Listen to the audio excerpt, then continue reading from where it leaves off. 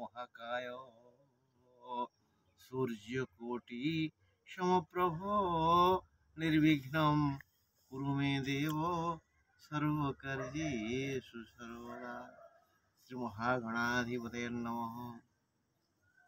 हे बंधुगण, आमे आज प्रश्नोत्तर कार्यक्रम जोग देचे, तेणु आपण समस्त की और शुभेच्छा। आम कथर प्रश्न रखी जे पवित्र नामता से जड़े नारी। आम जहाँ कथा आलोचना करचे तार नाटा हूँ पवित्र। पदीर्घ पुत, पुत बोले पवित्र। पहर्ष उत, पुत बोले पुत्र। पुतना तार ना हूँ पवित्र।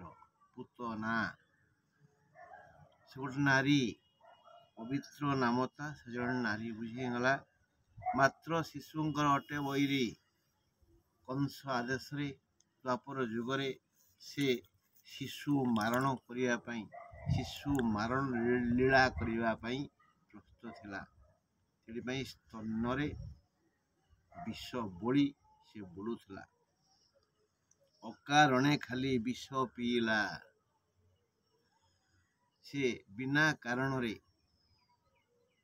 जो क्रोध, हिंसा, कपट, मिथ्या, माया ये कंस को अपनार भावी ये सचराचर पृथ्वीर अधिश्वरणी हाँपाई जो स्वप्न देखी अकारण ये जो क्रोध, हिंसा, हत्या ये सब विष, ये विष मनुष्य को मारिदिए। आउ नंदर आनंद किए श्रीकृष्ण। नंद को कृष्ण ही आनंद दौले, तेणु नंदर आनंद बोले श्रीकृष्ण। ताकू मारिला कृष्ण पूतना बद्ध कले। केमती ना स्तन्यपान करू करू प्राणवायु को बद्ध पीदेले। बुझीगला। ताहले आमर प्रश्न थिला पवित्र नामता से जड़े नारी। मात्र शिशुंकर अटे बैरी। अकारणे खाली विष पीला। नंदर आनंद ताकू माइला। ये था कथर प्रश्न। उत्तर है पूतना। आज प्रश्न है आयत आकार अंगार सम कला। कला आयत आकार अंगार सम। पट्टा लगी गले दिशे सुसम। पट्टा लगी गले दिशे सुसम। धड़ा कलम को करे आदर। धड़ा कलम को करे आदर। दूर करे छात्र संदेह दर। दूर करे छात्र संदेह दर। दर माने भय। छात्र मानकर जहाँ भय जो प्रश्न उत्तर न आसुची कष्ट लगुच काले परीक्षा पड़ीज। तेणु से प्रश्न ही भय। तेणु आयत आकार अंगार सम। पट्टा लगी गले दिशे सुसम। धड़ा कलम को करे आदर। दूर करे छात्र संदेह दर।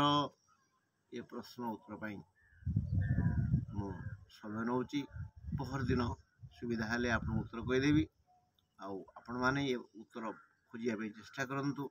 आम जिते मानसिक परिश्रम करवा तेरे लाभ आमर हम। देह भल मन भल शांति मिल। तेणु आपण मैंने समस्ते बारंबार यही प्रश्नोत्तर कार्यक्रम जोग दिंतु। देखिए आपणकर सर्वांगीन मंगल हम।